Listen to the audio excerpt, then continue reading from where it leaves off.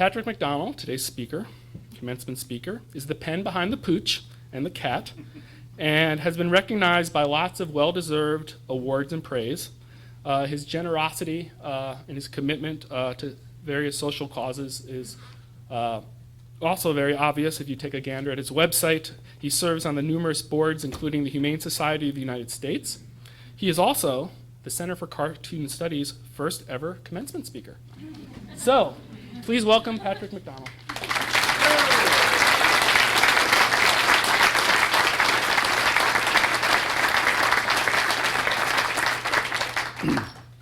Thank you. I am honored and happy to be here with you today on such a historic, special occasion. The first graduating class of the Center for Cartoon Studies in White River Junction, Vermont, an institution that acknowledges the ascension of comics as a legitimate art form. Bravo. Like all of you, I have a total passion and love for this medium. Cartoons, comics, graphic stories, visual narratives, sequential art, we're not even sure what to label it, but I call it magic. Little scribbles that come to life to tell stories that make us laugh, make us cry, make us think. Little doodles that touch our lives and become part of us. That's pure magic. Today we celebrate 18 young pen and ink magicians who have studied all the old tricks and now are on their way to mystify us with some new ones. First of all, let me say, feel free to space out and daydream during my talk. You wouldn't be true cartoonists if that didn't happen. I'll try my best not to do that myself in the next 20 minutes, but there's no guarantees. When I started to think about this speech, I tried to remember my own graduation. I went to the School of Visual Arts in New York City. It too started out as a cartoon college. And I must say this, I don't know if it's something with cartoonists, but the cartoon character I drew in college was a cosmic pizza delivery man. So I think maybe when you're in college, all you eat is pizza. That might have been part of it. You know, I tried to remember the commencement speech that day, for my graduation, with no luck. Then I tried to remember who the commencement speaker was, and I blanked out on that too. I have no idea. But I do remember that my graduation was held at the Metropolitan Museum of Art on Fifth Avenue in the Egyptian wing. And I do remember looking at all those wonderful hieroglyphics and thinking about how they might be the world's first comic strips. And that telling stories with words and pictures is such a rich part of human history. And that I might be on my way to becoming part of that rich part of history. And then I started daydreaming about mummies and cat gods and pyramids and floating down the Nile with Cleopatra, and about how cool it would be if our diplomas were printed on papyrus. And of course, when I came to, the commencement speech was over. This is something to watch out for. As artists, we live such rich inner lives that sometimes we miss out on the moment. You know how when you're making your art, you're really drawing and you're totally there. You get in the zone, your mind and heart are working together, you follow your instincts, and you just let go, let go. Time stands still and your ego disappears. You feel like you're part of something bigger than yourself. You're right here, right now, in the present, and all is beautiful. Well, now, practice doing that when you're away from your desk. Cartoon life lesson number 1. While creating great art, don't forget also to create a great life. I believe cartooning is something you're born to do. I'm a member of the National Cartoonist Society, and I was once part of an online chat with about 12 different cartoonists. Will Eisner was one of them, Bill Malden, Mike Peters, just a whole bunch of cartoonists. And the first question asked all of us was, when did you first want to become a cartoonist? And we never discussed this among ourselves, but as they went down to 12 people, it was all the same answer, 3 years old, 4 years old, as far back as I can remember. I think it's truly something you're born to do. And I'm sure that's true probably of most of you here today. You followed that early dream and it brought you here. Some of my earliest memories are looking at my mom's paperback collections of Pogo and Jules Feiffer. Of course, I was too young to read them, but I was mesmerized by how those pen and ink lines were so alive on the page. I also remembered my folks had a huge definitive book on the art of Leonardo da Vinci, which I also enjoyed perusing. Believe me, Leonardo was absolutely amazing, but he was no Walt Kelly. Then I discovered Peanuts. I grew up in the 60s at the height of Peanuts mania, and I've carried that strip in my head and heart my whole life. As a kid, I was vaguely aware of its melancholy, but to me, it was just pure joy. Schultz's pen line and design, Charlie Brown's perfectly round head, Linus's stringy hair, Snoopy's dancing, and each lovingly drawn blade of grass just oozed with happiness. Schultz used to call that characteristic warmth. The honesty and spirituality of Schultz's work touched me very deeply. I knew that I wanted to create that, something like that, and give back some of the joy and comfort I found in Peanuts. Its magic was the main reason I became a cartoonist. And the best thing about becoming a cartoonist was I actually got to meet and become friends with my boyhood idol, Charles Schultz. He insisted that you called him Sparky. I think on that first meeting, I kept on calling him Mr. Sparky. Sparky was everything you want the guy who drew Peanuts to be. He was kind, generous, and very funny. A wonderfully complex, deep man. That's cartoon life lesson number 2. Become a great cartoonist for what it will make of you.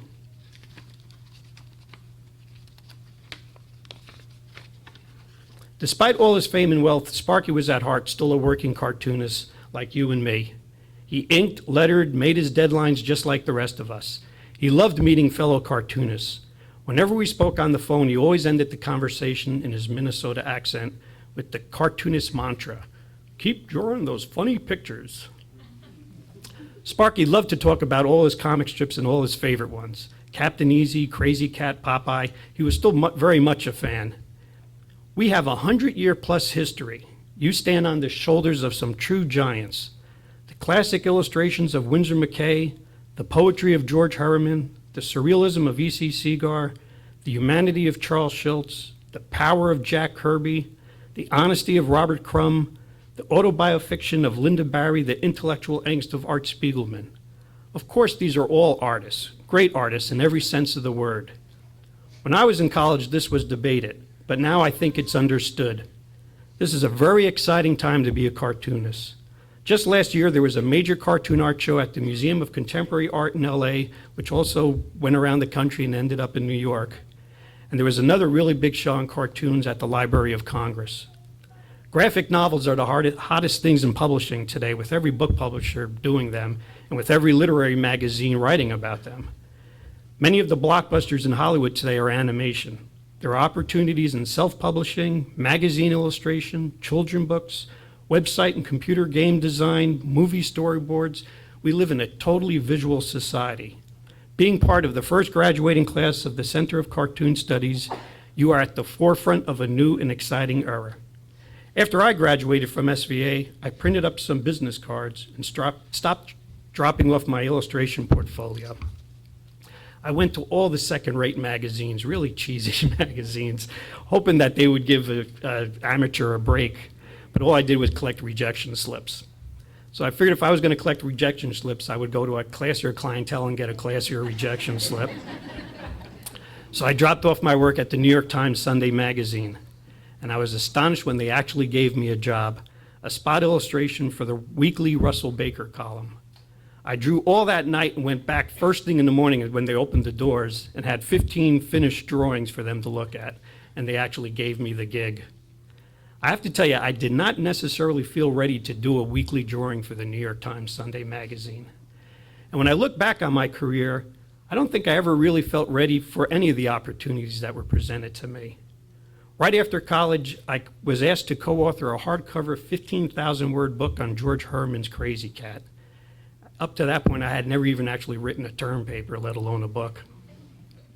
And I can tell you, no one is ever officially ready to do a daily comic strip.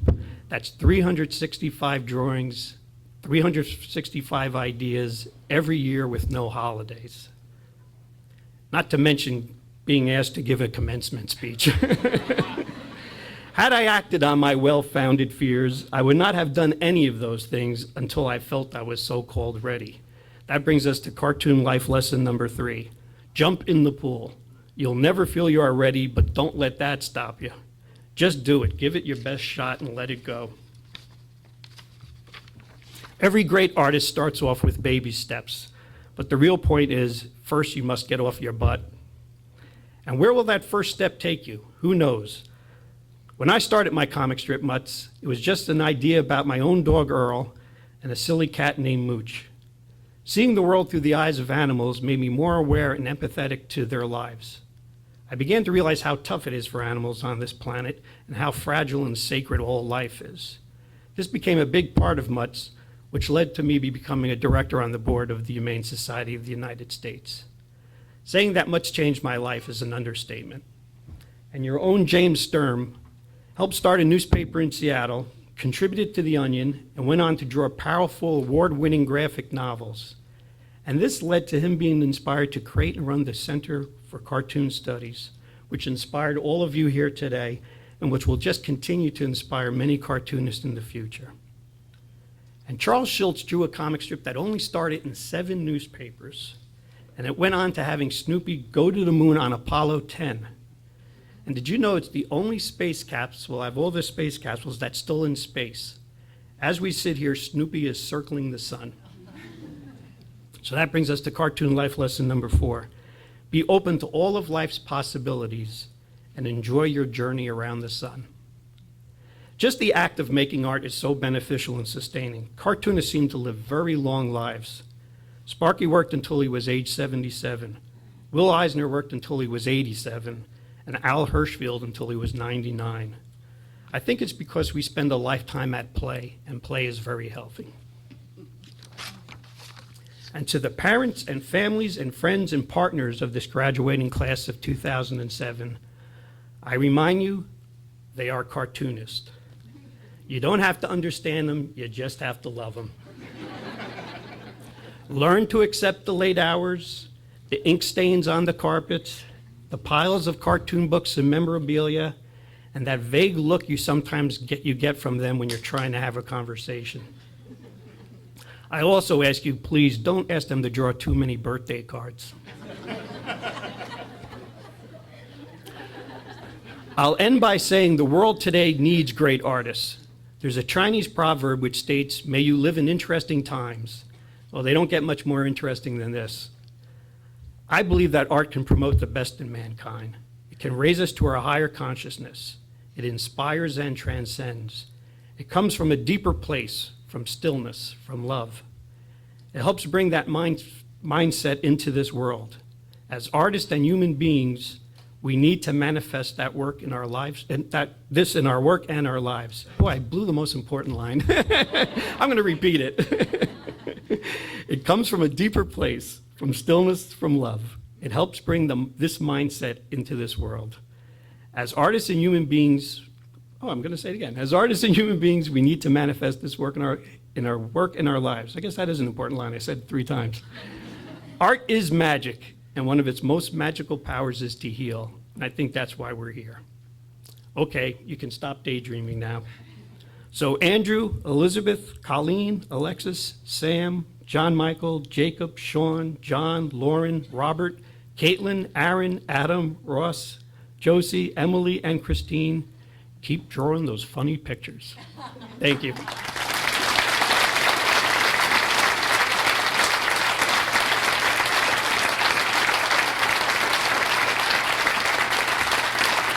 Thank you very much.